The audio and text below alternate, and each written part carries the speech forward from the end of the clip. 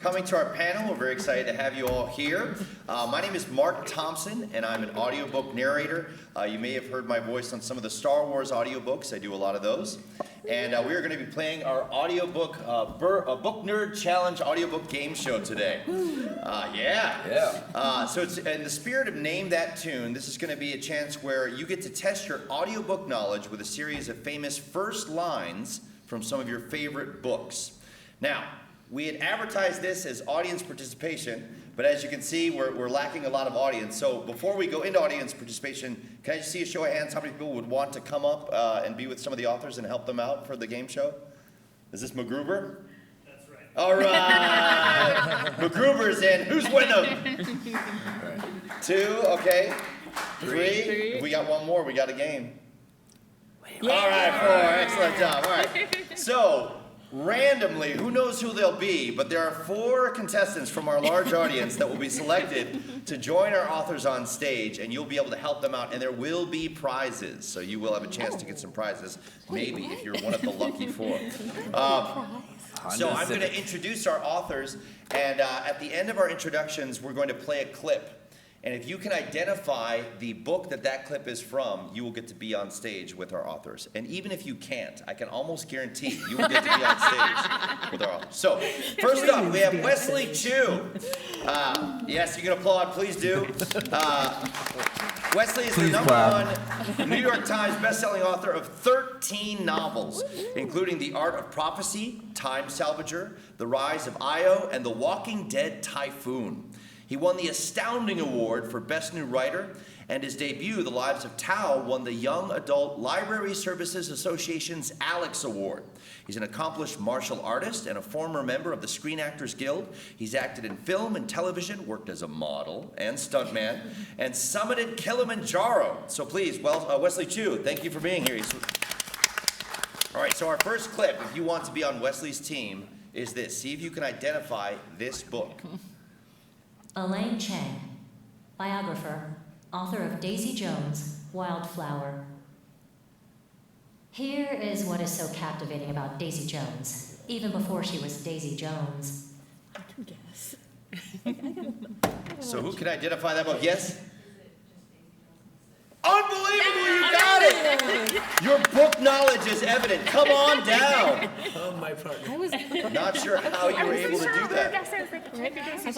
So what is your name? I'm feeling more confident now. Abby. All right, let's please welcome Abby to the stage. Our next author is Erin Craig. Erin is the New York Times bestselling author of House of Salt and Sorrows and Small Favors. She's always loved telling stories, and after getting her BFA in theater design and production from the University of Michigan, she stage-managed tragic operas filled with hunchbacks, seances, and murderous clowns. Then decided she wanted to write books that were just as spooky. She's an avid reader, an embroidery enthusiast, a rabid basketball fan, and a collector of typewriters.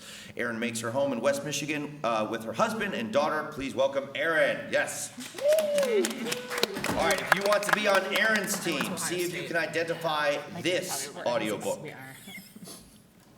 Ray sat cross-legged, eyes closed. She didn't remember rising off the ground, but she was vaguely aware that somehow she'd ended up floating. Pebbles and small boulders hovered around her, like a field of asteroids orbiting their sun. What audiobook is that from? Yes? Star Wars: The Last Jedi? So close, maybe a little after The Last Jedi?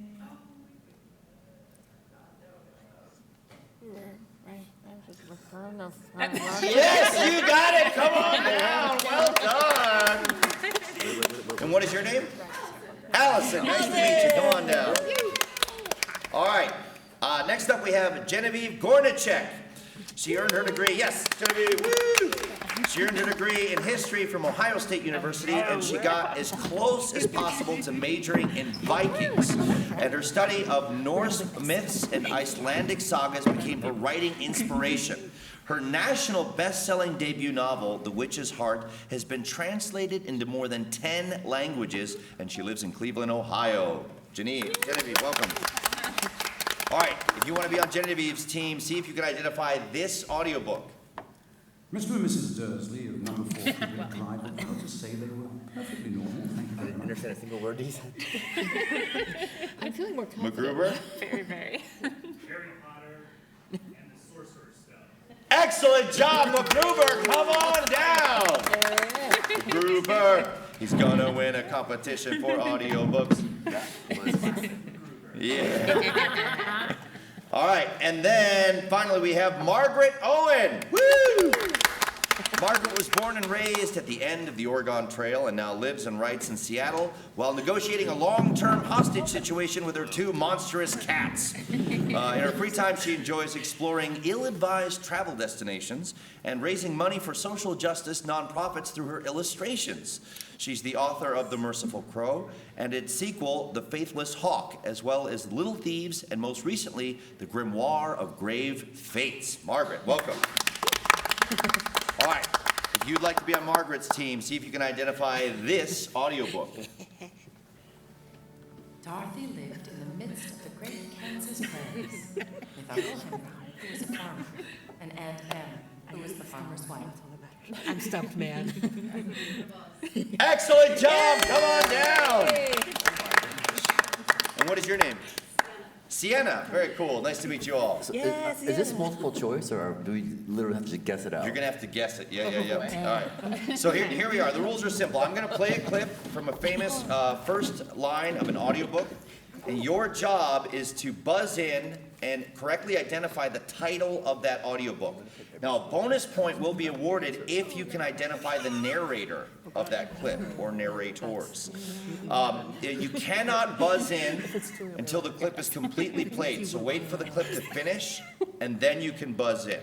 I will call on the first person. The first person to buzz in gets to answer first. If you get the answer correct, you get the point. If you get it incorrect, the second person that buzzed in will get a chance to answer, and then if they get it wrong, the third, and then the fourth, and we'll try to get it, and if no one gets it, no one gets it. So, Are there penalties if we get it wrong? there are penalties, yes. You will be drugged through the streets, and zombies will eat your flesh. No, you just will pass on the answer. Ooh, that's a great question. We need an author to write that scenario. So you get 1 point for identifying the audiobook, 2 points if you get the narrator as well. And you're on a team, so use your audience member to help out and work together, okay?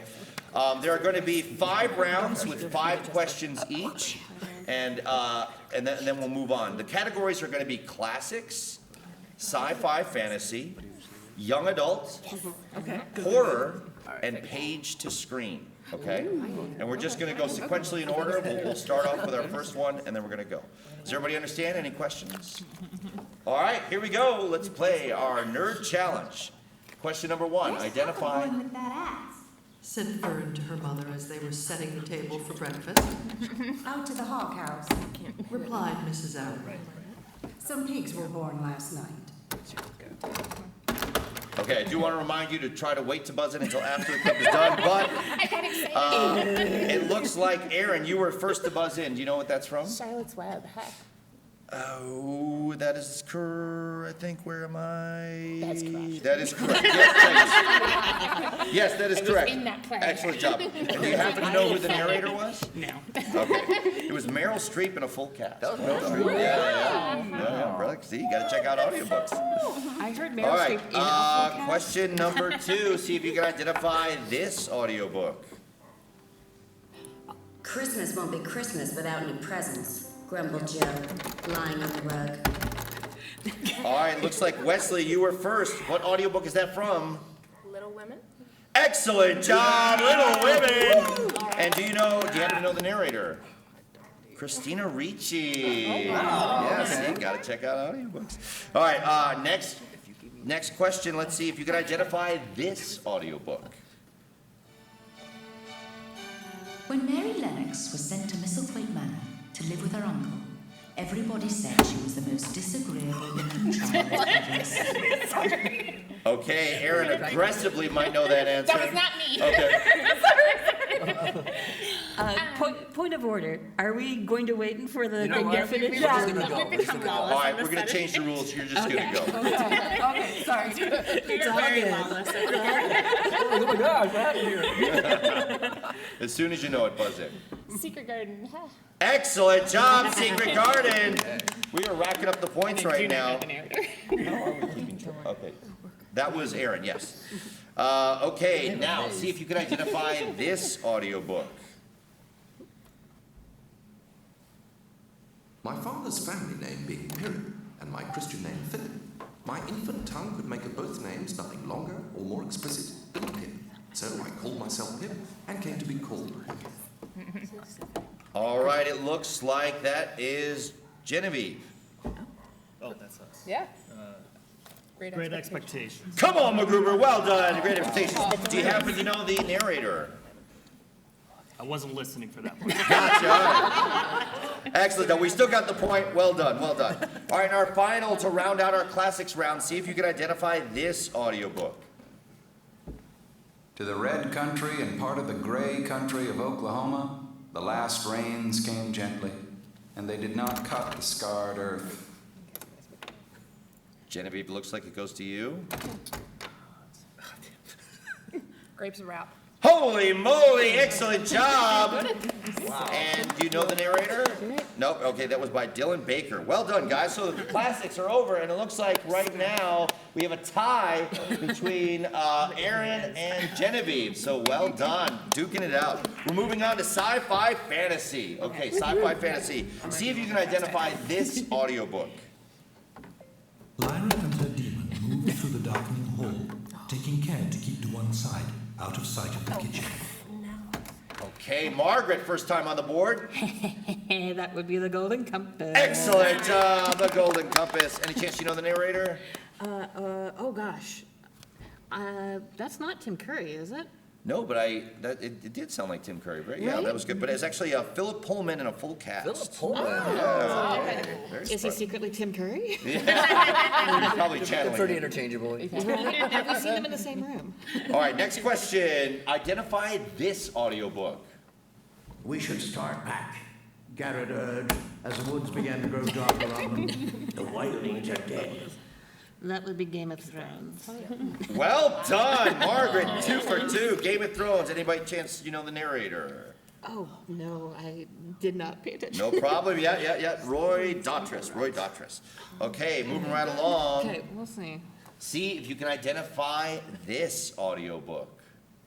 The leather-bound volume was nothing remarkable. To an ordinary historian, it would have looked no different from hundreds of other manuscripts in Oxford's Bodleian Library, ancient and worn. But I knew there was something odd about it from the moment I collected it. Oh, Wesley, do you I know? don't know if it's fantasy. Let's go for it. The book thief. It's not the book thief, is it? The Book Thief? No, No, I'm sorry. No, anybody else? Erin, do you know? No. I'm gonna say yes. Is it Inkheart? No, it is not Inkheart. Anybody else want to buzz in? No? Okay, this one was Discovery of Witches by Deborah Harkness, written by Jennifer Ikeda. All righty, moving right along. Our next audiobook, see if you can identify this. The circus arrives without warning. No announcements received. No paper notices on downtown posts and billboards. No mention or advertisements in local newspapers. It is simply there. When yesterday it was not. All right, Erin. Night Circus? Yes, it is. Well done. I know the voice and I can't place it. I'm gonna be very disappointed when you say it because I know the voice. Huh. Do you know it? No. You are going to be disappointed. It's Jim Dale. Dang it all. Yeah. All right, so that one goes to Erin. Well done. All right, next one. See if you can identify this audiobook. Galen Urso was not a good farmer. That was only one of his many flaws, but it was the reason he was still alive. All right, Genevieve MacGruber. Is it Rogue One? You know it. Do you happen to know the narrator? Is it Rogue One? No. Is it you? Is it Mark? No, it's Jonathan Davis. He's an excellent narrator. He does a lot of Star Wars ones as well. So excellent job. All right. So that rounds out our sci-fi, and it looks like Erin, you have pulled ahead. Well done. Fair enough.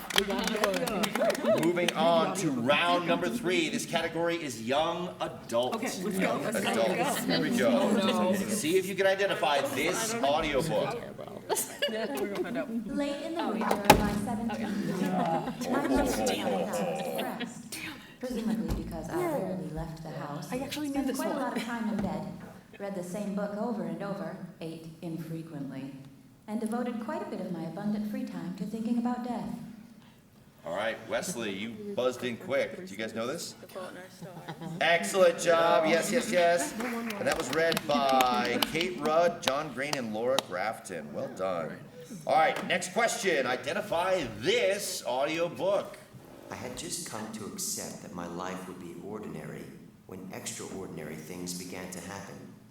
The first of these came as a terrible shock and, like anything that changes you forever, split my life into halves, before and after. Like many of the extraordinary things to come, it involved my grandfather, Abraham Portman. No one buzzed in. Oh, wait a minute, Erin. Beautiful creatures? Maybe? No, Yeah, not beautiful not at all. creatures. Moby Wesley. It's a good The guess. Peculiar Children? So close. Whose peculiar children were they? Miss Peregrine. There you go. Well done. Pulling it out. Nicely done. And that was read by Jess Bernstein. Well done, guys. Well done. All right, moving on. I see if you can identify this audiobook. Tuesday, September 23rd. Sometimes it seems like all I ever do is lie. Hey, Erin. Okay. Dear God, it's me, Margaret. No, it is not. Dear God, it's me, Margaret. Yes, Wes? Is it Perks of Being a Wallflower? No, it is not. Would anyone else like But that to is my birthday, though. I should have pointed out. Really? September 23rd. No way. Happy early birthday in a few months. Would anyone else like to try? Yes, McGruber. $1. $1? No, that is incorrect, McGruber. Sorry. Oh man, it's so sad to me that like no one would know this. It's like if only there was some royalty in the room. Is anyone in the audience might know? Spare? No. Is No. it Princess Diaries? Yes, it is. All right, again, well done. Princess Diaries. And it was actually read by Anne Hathaway. What? Yeah. Okay, See, well, you that's gotta the next check out audiobooks. All right, and let's move on to our next audiobook. See if you can guess what audiobook this is. I am born on a Tuesday at University Hospital, Columbus, Ohio, USA, a country caught between black and white. Erin's team. The Hate You Give? Ooh, that's a really good guess, but that is not correct. Genevieve? The Child of Blood and Bone. That was not a good guess. And that was incorrect.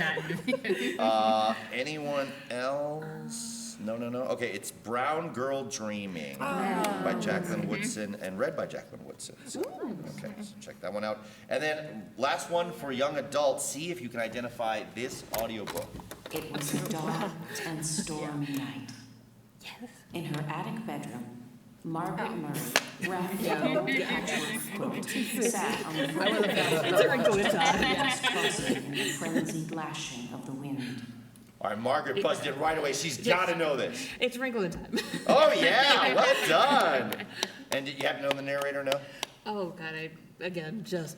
Yeah, no problem. Hope Davis, Ava DuVernay, and the author. So well done. Wrinkle in Time. Excellent. All right, that rounds out our young adult, and it looks like Erin's team, you are in the lead. You guys are dominating this. Well done. And we're going to move on to round number 4. Horror. This is going to be scary. So McGruber, some of those guesses might work for this round. Okay.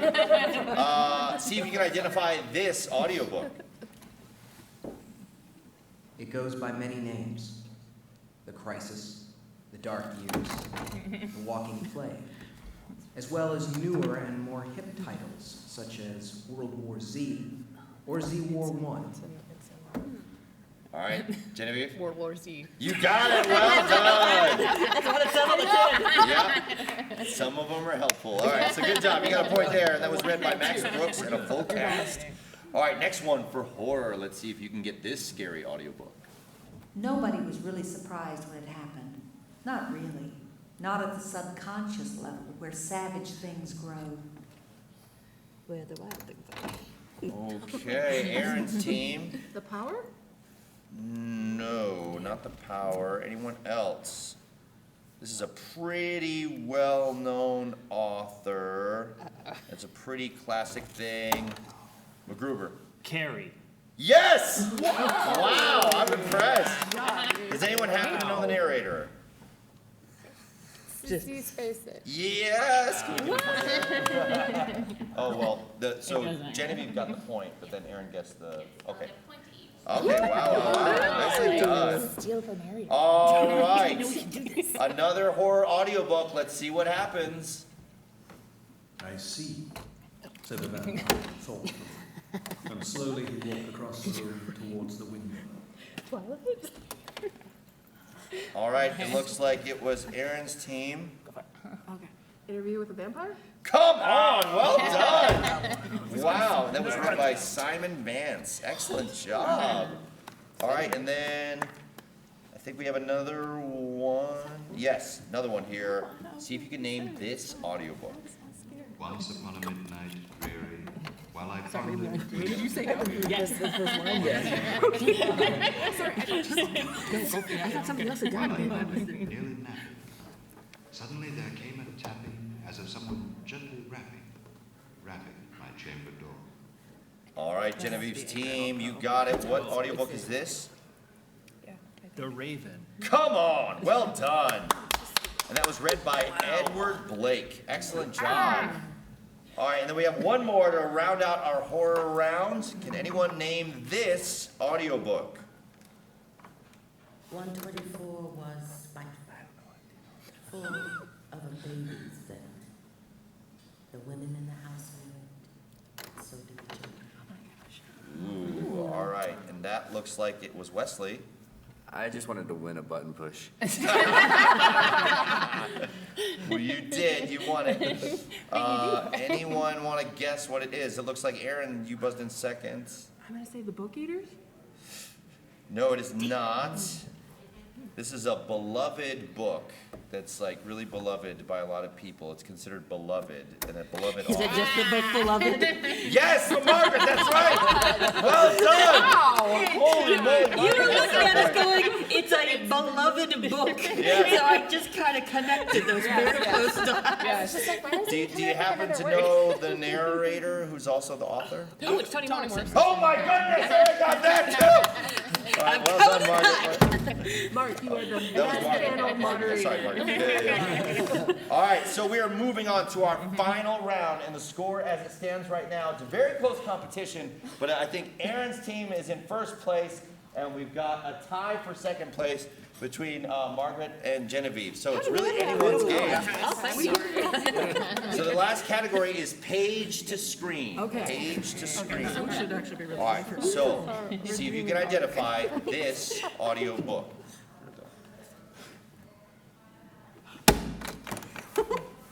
It's Bridget Jones's Diary. Sunday, 1st January. Post Christmas. Alcohol units 14, but effectively covers 2 days as 4 hours of party was on New Year's Day. Cigarettes 22. Calories 5,424. All right, Margaret, you were the first one to buzz in. It's Bridget Jones's Diary. Excellent job. Wow, and now she's tied for first place. What? Do you happen to know the narrator? Is it Renee Zellweger? No, Okay. but it was Imogen Church. Imogen Church. Oh, yes, All right, tied for first place. Moving on to our next question. Name this audiobook. Louvre Museum, Paris, 10:46 p.m. Renowned curator Jacques Saunière staggered through the vaulted archway of the museum's grand gallery. He lunged for the nearest painting he could see, a Caravaggio. All right, Team Genevieve. The Da Vinci Code. Come on, well done. That was read by Paul Michael. Excellent job. And now we are in a three-way tie for first place. This is intense. All right. We all win. Next question, identify this audiobook. When I think of my wife, I always think of her head, the shape of it, to begin with. Team Erin. Gone girl. Holy moly, you guys are amazing. Yes. I guess too, but All right, Erin now pulls ahead and is now in the lead by 1 point. See if you can catch her with this next audiobook. Nicholas Young slumped into the nearest seat in the hotel lobby, drained from the 16-hour flight from Singapore, the train ride from Heathrow Airport, and trudging through the rain-soaked streets. All right, Team Erin. Crazy Rich Asians? You got it! Well done! Oh my goodness. All right, now Team Erin is in a healthy lead, 2 points ahead. Let's see if anyone can catch up right now with this last question. Who can answer this audiobook? And you might need the narrator too to get it tied. Everyone in Shaker Heights was talking about it that summer. How Isabel, the last of the Richardson children, had finally gone around the bend and burned the house down. It's a great Okay, line. oh, all right, Team Genevieve. MacGruber, the novelization. That's not right, but it should be. Anyone? Okay, yes, Team Erin.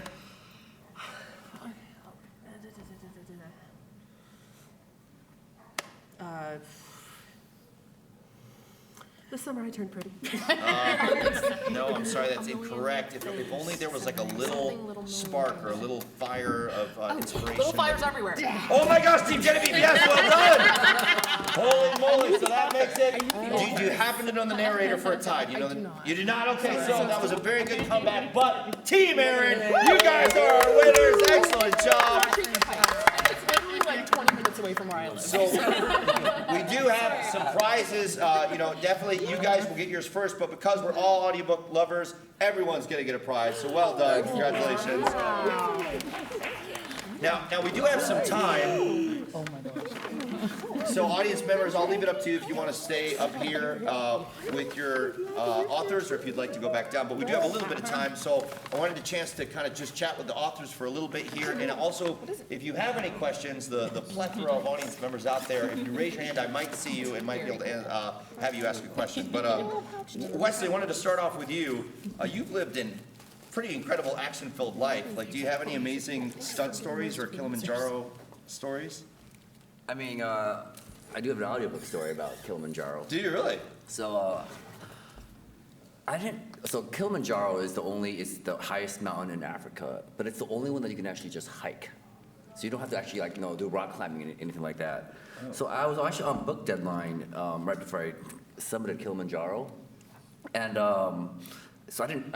There were days that I walked like 40 steps the entire day. So Kilimanjaro is a 7-day trek. And go up and down the mountain, and I didn't train for it. So when I started climbing it, I popped in an audiobook because I was like, okay, I'll listen to an audiobook and I'll walk it up. And it was like the worst decision I've ever made. Because when you're in an audiobook, I tend to be in the present, I want to hear the story. So I basically felt every single step. And in the first 2 days, the guide was like, are you okay? Do you want to go back down? But the problem is when you're on a mountain, there's no easy way to go back down. The only way to go back down is either by helicopter or a wheelbarrow. Okay? So I didn't, and on day 3, this is back in 2015, so on day 3, I popped in Taylor Swift's 1984, and I literally just shook it off, and it was amazing. If I ever meet Taylor Swift, I'd be like, yo, you saved my life.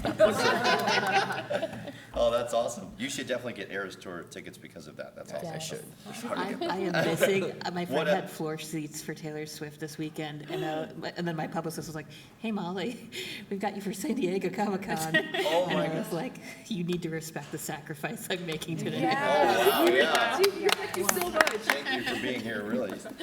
Wesley, what are you working on now, or do you have any projects coming up? So right now, I have a Asian epic fantasy series out with Del Rey called the War Art Saga. The first book is called The Art of Prophecy. The second book, The Art of Destiny, is coming out in September. And I am currently working on book 3. So I am 15,000 words into a 300,000 word book. Oh, wow. Very cool. Don't write big books. So, Erin, I was struck by your list of interests: murderous clowns, embroidery, basketball, and typewriters. Absolutely. Is there a Venn diagram where those things all... You just like stick it out in a blender and I come out. Yeah.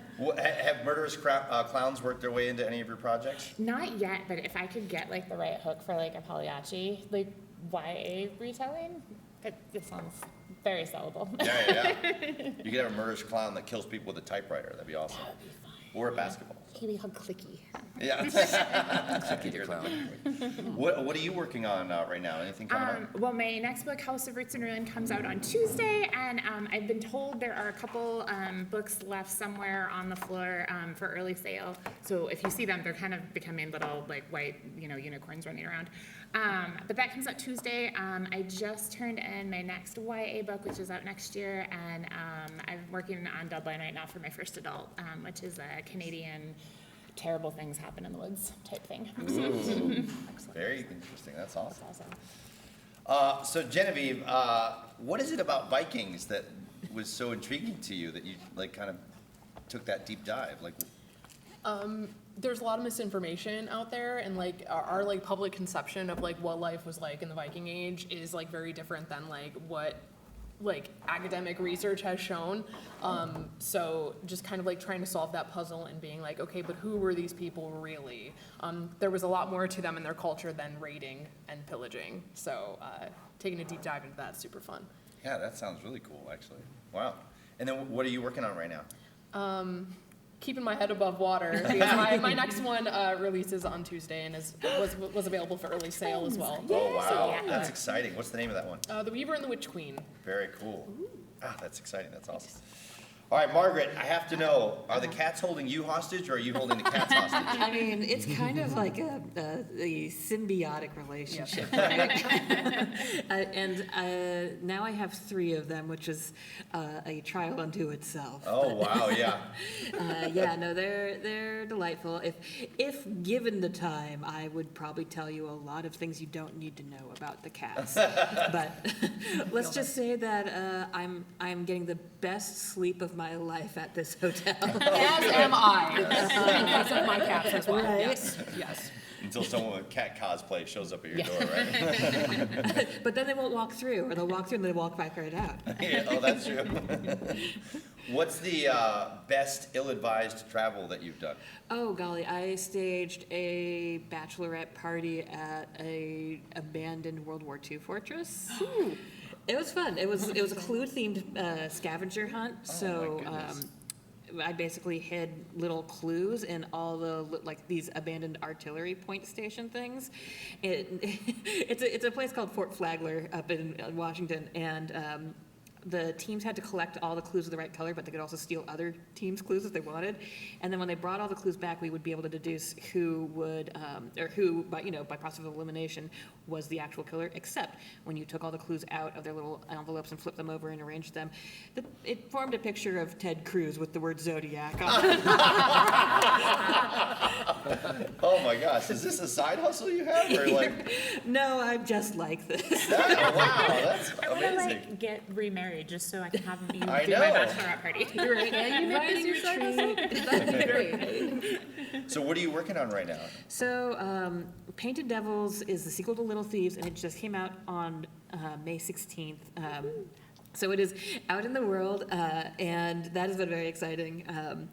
And I am currently working on the 3rd one, whose title has a lot of asterisk spot attached to it right now, so I can't share that. But I'm glad that Wells mentioned being looking at a 300,000 word book, because I was feeling bad about looking at a possibly like 150K one, and now I don't. I feel great.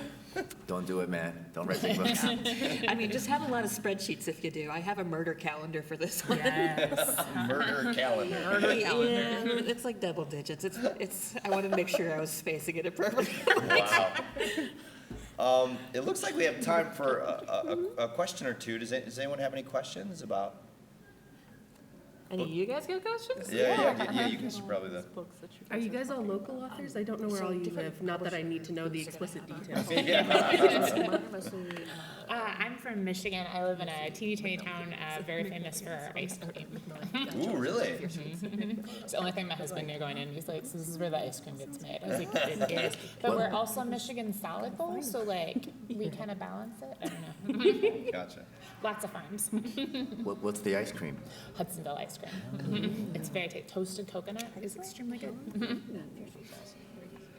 Do any of you have like unique process things that help you get into the writing flow or groove, or things that help you with ideas, or like how to kind of power through when you're feeling blocked? Or I block everything. Okay. So I use a combination of the Forest app, which is a paid app, but it's like $4 and it's been worth every penny.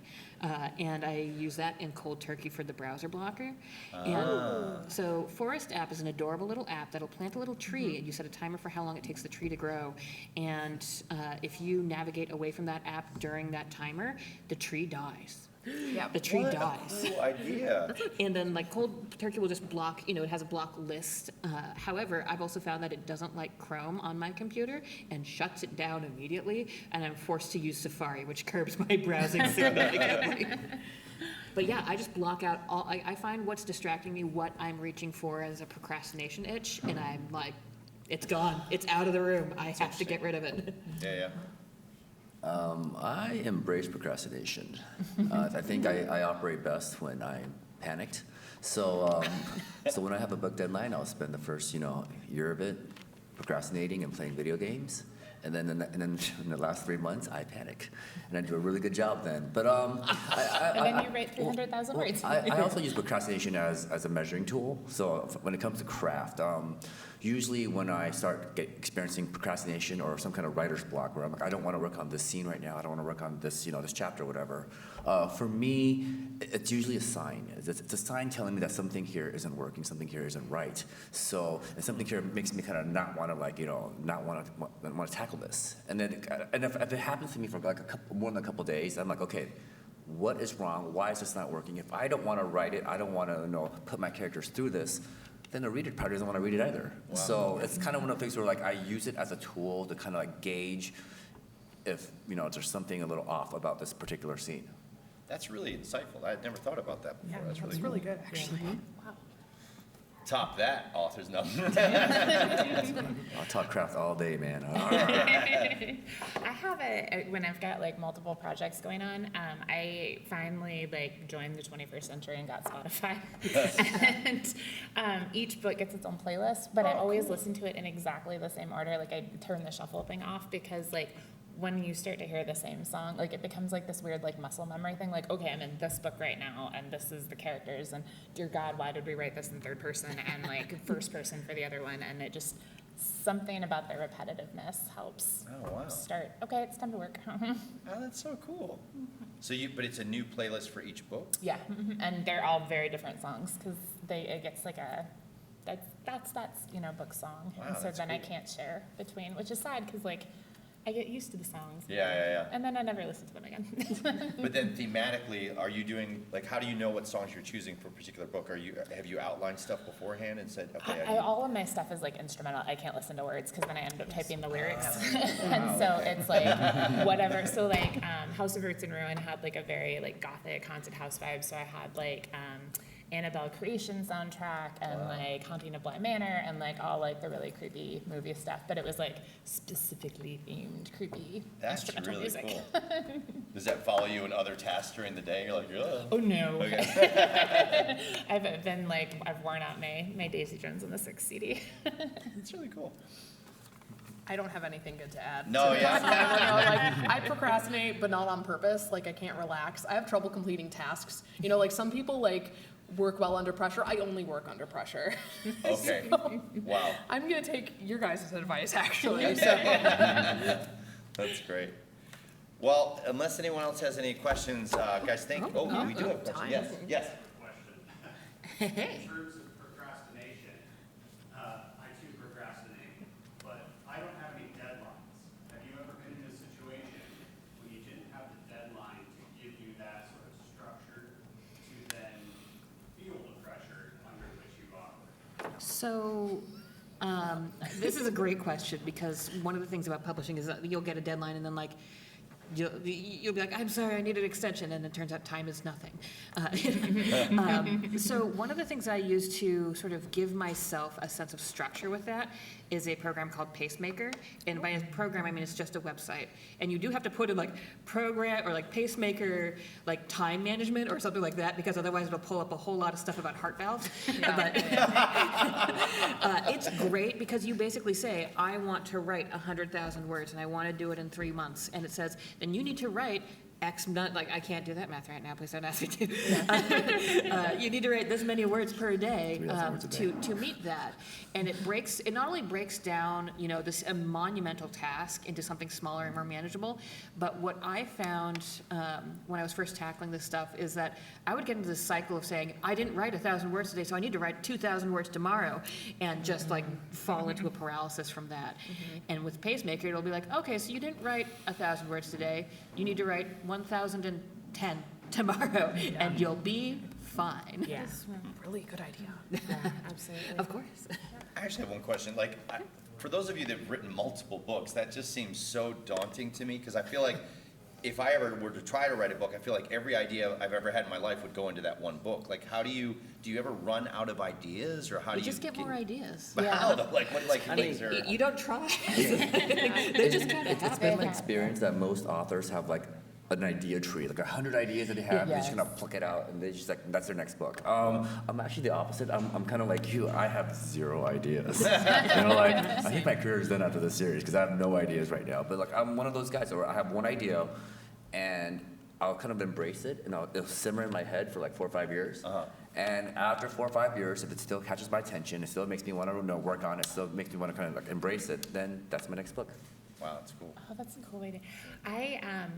I don't run out of ideas so much, but like I worry that like I fall in love with like a specific sentence and like I've seen it pop, or like a version of the same sentence, and so I've got to like go back and like search in Word to be like, I feel like I've said this before, but maybe not, and then I come back and like, dang it all, past Erin, you stole it, and it would be so perfect right here. And the worst part is then when you're reading one of your like most beloved books of all time, and you're like, yes, I know where that came from. Then you like close the book slowly and just shove it away. No one's going to talk about this. Well, guys, thank you so much for coming. I really appreciate everyone being here. Thank you you, everybody. all for coming. Hope you had a good time. We're family now.